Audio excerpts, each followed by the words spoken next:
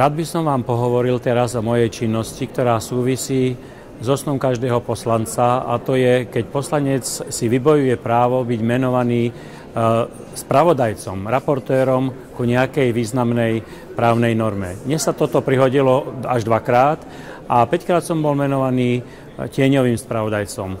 Teraz napríklad som spravodajcom ku norme, ktorá sa volá bezpečnosť hračiek. A hlavným spravodajcom som ku využitiu štrukturálnych fondov a ich aplikácií vo všetkých 27 členských štátoch únie. Čo chcem ale teraz hovoriť, je iná norma, kde som bol tiež hlavným spravodajcom. To znamená, že som mal na starosti text, ktorý hovorí o využití liekov a moderných postupov, o tzv. Liečebných metódach pod súhrnným názvom pokrokové liečebné terapie. Tento text, ktorý som mal na starosti, hovorí o takých futuristických budúcich možnostiach využitia liečby pacientov pomocou génových terapií somatickými kmeňovými bunkami a terapií inžiniersky pozmenenými tkanivami. Ja ako prezident Donum Vitae, ktorý vlastne organizoval Svetový pro-life kongres v Bratislave už v 92. a ten, ktorý ako lekár sa týmto citlivým otázkam venuje aj tu na pôde Európskeho parlamentu, lebo som aj podpredsedom skupiny pre bioetiku, som bol rád, že som práve bol poverený takouto ťažkou úlohou, lebo som mohol mojimi myšlienkami, mojimi vysvetleniami ovplyvňovať vedomie poslancov pri ich hlasovaní. Žiadny poslanec nemôže dnes tvrdiť, keď hlasoval o pokrokových liečebných metódach, že by nebol rozumel tej tematike, alebo že by bol hlasoval neinformovane. Čiže to je aj úloha poslancov za KDH, aj moja osobná úloha, aby som tu na pôde Európskeho parlamentu prenášal tie hodnotové postoje nielen členov KDH, ale aj Slovákov, pretože u nás napríklad na Slovensku klonovanie jedincov je trestné. U nás sa nesmie vykonávať ani reprodukčné klonovanie, ani tzv. Terapeutické klonovanie. Za to je paragraf v trestnom zákonníku. Prirodzene tej normy, o ktorej som práve hovoril, sa dotýkajú potom ďalšie následné dôsledky, ktoré sú napríklad pri využívaní európskych spoločných prostriedkov na financovanie niektorých vedeckých výskumov.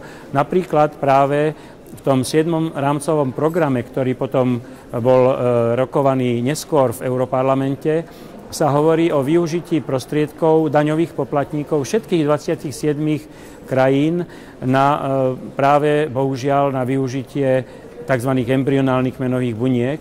A vysvetlím hneď v zápätí, že sa vlastne jedná o vytváranie embryí v podmienkach in vitro, v laboratóriu, čiže ľudských bytostí, živých ľudských bytostí, ktoré majú všetky vlastnosti ľudskej bytosti, ale nie sú určené na to, aby boli ďalej rozvíjané, aby tento organizmus rástol v maternici matky, ktorá by ho prijala, ale naopak je rovno určený na výskum, na rozštvrtenie, na zničenie praktické a vyťažovanie len embryonálnych buniek. Je mi veľmi ľúto, že Európska únia ide týmto smerom a kvôli 3 krajinám, kde už toto je podľa ich národnej legislatívy možné, a to sú Veľká Británia, Belgicko a Švédsko, bohužiaľ kvôli tým krajinám sa tieto princípy ocitajú aj v tej Lisabonskej zmluve, a to je napríklad aj jeden z dôvodov, kedy ja som nemohol Lisabonskú zmluvu podporiť.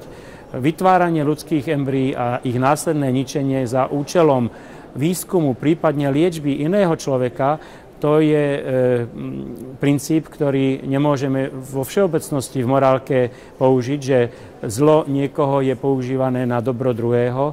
V tomto prípade zničenie žijúceho embria na výskum alebo na liečenie ťažkostí iných ľudí. Dá sa to obísť rozvíjaním programov, ktoré hovoria o somatických, o telových bunkách, a to sú napríklad bunky kože, bunky kosti, ktoré sa dajú aktivovať určitým vedeckým spôsobom a ktoré znova nadobudnú svoju pluripotentnosť až totipotentnosť, že z tých tkanív sa môže napríklad vytvoriť tkanivo na náhradu neurónov, tkanivo na náhradu svalových buniek srdca po infarkte myokardu alebo na iné vážne náhrady, ktoré už dneska majú terapeutické úspechy. Opakujem, liečebné úspechy majú len programy doteraz a výskumy aplikované na človeka, ktoré aplikujú dospelé kmeňové bunky.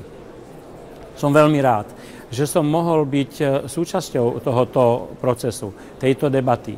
Myslím si, že poslanci kresťansko-demokratického hnutia a najmä poslanci, ktorí sú na to pripravení aj odborne, aj morálne a stoja na princípoch aj kresťanskej etiky a morálky, majú povinnosť vysvetľovať a obhajovať princípy, že ľudská dôstojnosť je nedeliteľná, dôstojnosť človeka začína pri jeho vzniku a končí až prirodzenou smrťou.